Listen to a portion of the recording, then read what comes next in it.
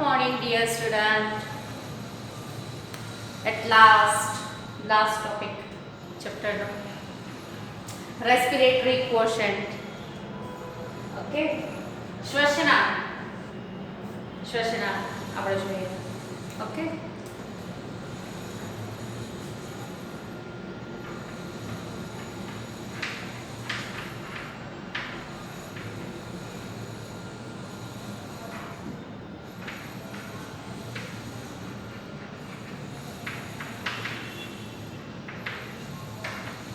Shwasana.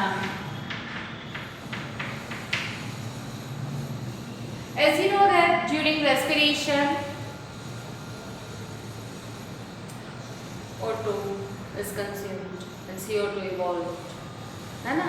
Evolution of CO2 and consumption of O2 takes place during the respiration. You know that. કે ભાઈ શ્વસનની ક્રિયા દરમિયાન શું થાય છે? O2 ઉપયોગમાં લેવાય છે અને CO2 દૂર થાય છે. જે આપણને ખબર જ છે. તો બરાબર એની શું આપણે વાત કરવાની છે કે ભાઈ હવે કયા ઘટકોનું શ્વસન થાય છે એ બી આપણે જોઈ લીધું છે. कार्बोदीप लिपिड प्रोटीन, राइट? तो कार्बोदीप लिपिड प्रोटीन यानी कि कार्बोहाइड्रेट प्रोटीन एंड लिपिड का रेस्पिरेशन होता है. These are the respiratory substrate. Okay. But શ્વસનાંક આપણે જોવું છે તો શ્વસનાંક એની ડેફિનેશન શું? કોને આપણે RQ કહેશું, રેસ્પિરેટરી ક્વોશન્ટ કહેશું. What is respiratory quotient? Okay. See, respiratory quotient, what is so RQ means what? What is the formula of this? So, during respiration, as we have discussed that O2 is consumed and CO2 evolved. The volume of CO2 evolved during the respiration and the volume of O2 consumed during the respiration. These two, O2 and CO2, दोनों को ध्यान में रखना है. तो ratio of these two, the ratio of CO2 evolved during the respiration and consumption, बड़ा volume of the consumed O2. तो वही क्या है?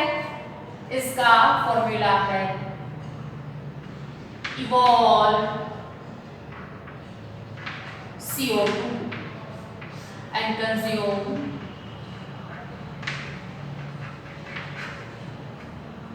O2. ये दोनों का रेशियो वही हमें देखना है. Respiratory quotient. See, respiratory quotient that is depends on the respiratory substrate. Which substrate is respired during the respiration depends on that. The value of this is depends on that. RQ ની value કોના ઉપર આધાર રાખશે? સ્વાસ્થ્ય પદાર્થ ઉપર આધાર રાખે છે. This is depends on the value of this value of respiratory quotient, that is depend on respiratory substrate. कहना ये चाहती हूं मैं कि भाई RQ ની એટલે કે શ્વસનાંકનું મૂલ્ય લખું છું અહીંયા. શ્વસનાંકનું મૂલ્ય કોના પર આધાર રાખે છે? તો કે ભાઈ સ્વાસ્થ્ય પદાર્થો પર આધારિત છે. क्या स्वास्थ्य पदार्थનું રેસ્પિરેશન થયું છે એના ઉપર આધાર રાખશે. ઓકે, સ્વાસ્થ્ય પદાર્થ પર આધારિત છે.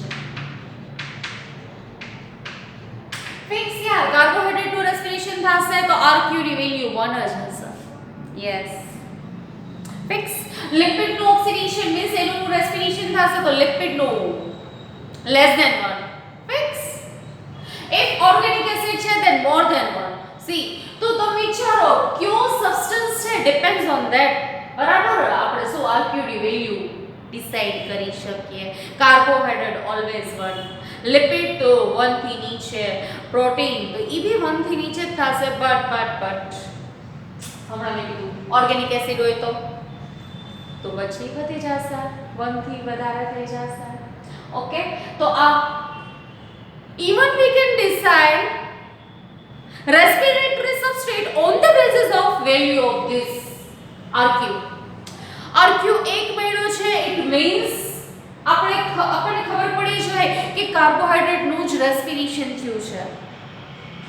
if આપણને રેશિયો કેવો મળે, એની ધારો કે 1 થી નીચે મળશે તો આપણને ખબર પડે કે ના પ્રોટીન હોઈ શકે અથવા તો ચરબી હોઈ શકે.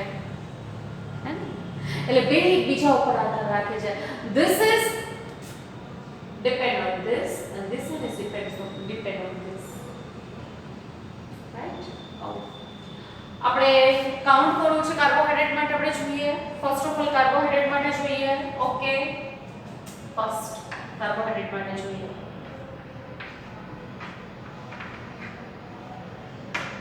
respiratory quotient for carbohydrate.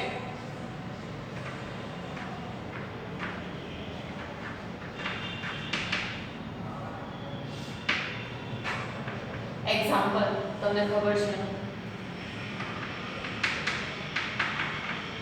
કાર્બોદિતનું શ્વસનાંક જોઈએ.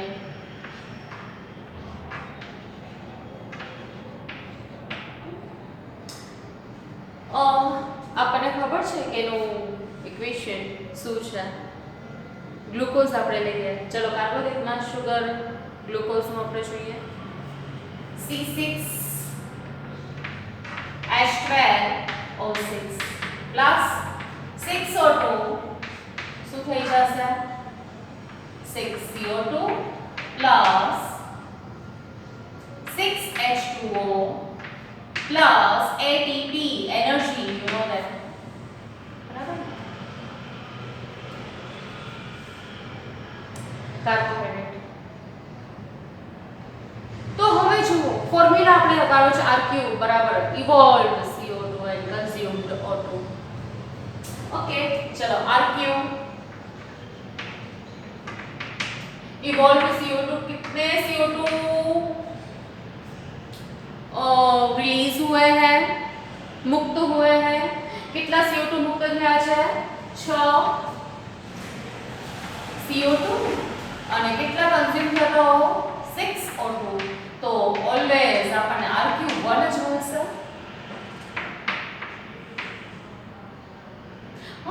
કાર્બોહાઈડ્રેટ માટે RQ ઓલવેઝ કેવું 1 હોય તો આપણે નક્કી કરવાનું કે કાર્બોહાઈડ્રેટ જ છે.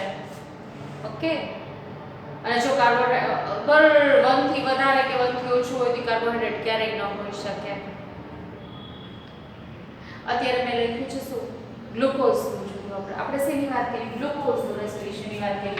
અગર માલ્ટોઝ મૂકીએ તો તમને ખબર છે કે ભાઈ માલ્ટોઝ એ શુગર જ છે, કાર્બોદિત જ છે. તો માલ્ટોઝ બે ગ્લુકોઝમાં કન્વર્ટ થાય અને પછી બે ગ્લુકોઝનું રેસ્પિરેશન થતું હોય. કહેવાની વાત તો એ જ થશે કે ભાઈ ઓલવેઝ 1 જ હશે, રાઈટ? બીજું આપણે એક એક્ઝામ્પલ જોઈએ. લિપિડ.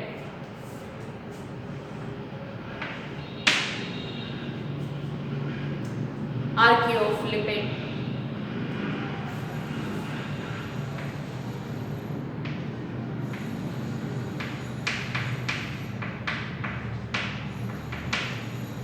બરાબર? લિપિડનું ચરબીનું શ્વસનાંક.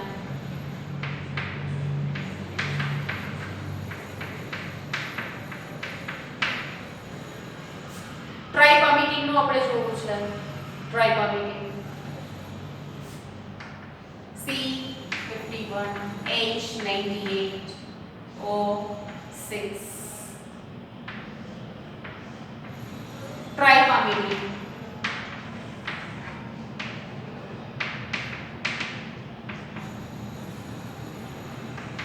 Plus O2 CO2 and H2O plus energy. CO2 release થશે, H2O release થશે. શું જોવાનું થશે તમારે? C51 2 102. અહીંયા આપણે C કેટલા છે? અહીંયા 102 છે. જો C51 these are 102 ટ્રાઇપામિડિન આપણે જોઈએ છે ટ્રાઇપામિડિન માટે હે ને તો 102 એટલે હવે તમે આને બેલેન્સ કરી નાખીએ તો કે ભાઈ આ બાજુ કાર્બન કેટલા છે C51 2s are 102 તો આપણે આ બાજુ 102 કરવા પડશે આ 102 લખીને હવે ઓક્સિજન ને બેલેન્સ કરવાના થશે વોટર ને થશે જો H2O આપણે કહીએ અહીંયા જોઈએ તો ઓલરેડી બે આપ્યા છે અહીંયા હાઇડ્રોજન 98 છે ને 2 તો 2 તો ઓલરેડી લખ્યા છે એટલે આપણે 98 જ લખવાના છે રાઈટ આપણે અત્યારે આ બેલેન્સ કરીએ છીએ હવે O2 હાઇડ્રોજન કાર્બન નું કામ કમ્પ્લીટ કરી લીધું હવે O2 આપણે જોવાના આ બાજુ કેટલા O2 છે આ બાજુ કેટલા છે જો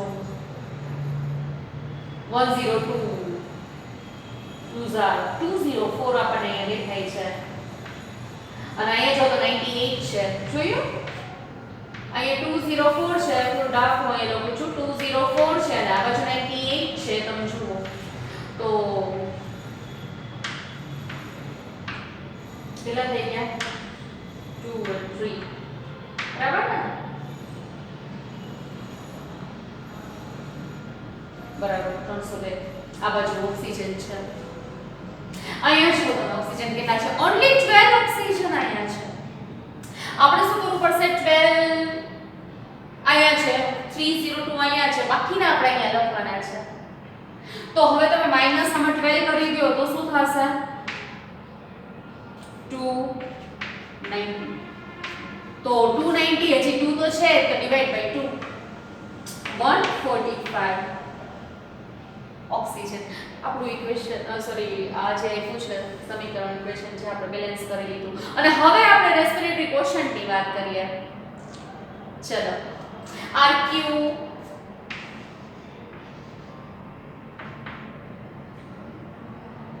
શું કરશું evolved CO2 upon O2 ratio of this ना तो अब CO2 कितने हैं देखिए ये समीकरण में 102 और O2 145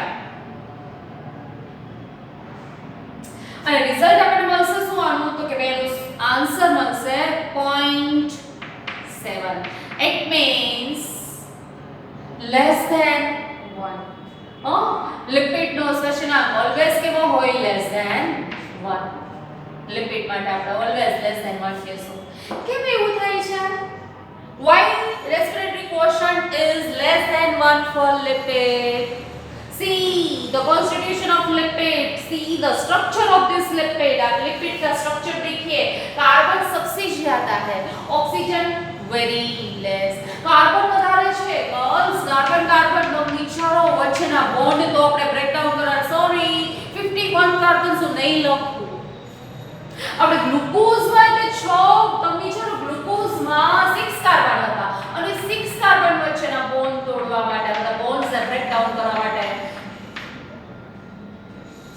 કેટલા ઓક્સિજનની જરૂર પડી 6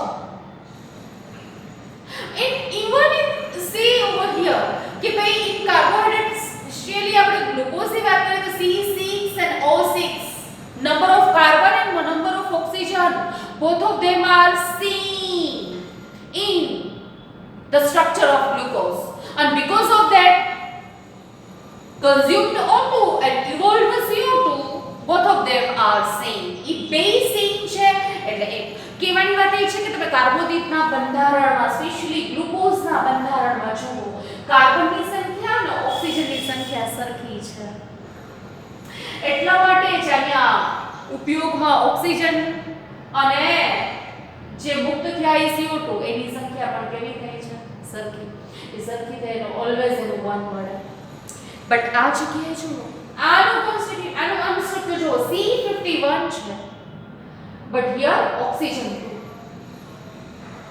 oh sorry 6 અને આ કોણ તમે જો બ્રેકેટમાં મૂકીને આપણે ટુ કરી લાગુ કહીએ તો કેટલા બધા કાર્બન છે અને કેટલા બધા ઓક્સિજન છે તો હવે તમે વિચારો બધા કાર્બન વચ્ચેના બોન્ડ તોડવા માટે નંબર ઓફ ઓક્સિજન રિક્વાયર્સ મોર યાર અહીંયા તો આટલા જ હતા એને તોડવા માટે 6 જ ઓક્સિજનની જરૂર પડી પણ અહીંયા વધારે ઓક્સિજનની જરૂર પડશે. એને બ્રેકડાઉન કરવા માટે વધારે ઓક્સિજનની કમ્પ્લીટ ઓક્સિડેશન માટે બરાબર this substance needs more oxygen. The number of oxygen required for this, and because of that see consumed O2 કેટલા છે 145 છે અને evolved CO2 બહુ છે. જેટલા હતા એ બધા CO2 ના ફોર્મમાં રિલીઝ થશે, રાઈટ? એટલે તમે આ વેલ્યુ વધી જશે એટલે સીધી વાત છે કે આપણે આરક્યુ ઓલવેઝ કેવું મળશે, લિપિડમાં ઓલવેઝ આ થશે લેસ ધેન 1 નિયર અબાઉટ 0.7 ની આસપાસ તમે કહી શકો, રાઈટ? પ્રોટીનમાં see in our text it is given like બરાબર કે પ્રોટીન માટે આપણને કીધું છે. चलो RQ of protein that is always less than 1 year. इसमें भी क्या होगा, प्रोटीन नो श्वसनांक આપણે કહીએ તો પ્રોટીન નો શ્વસનાંક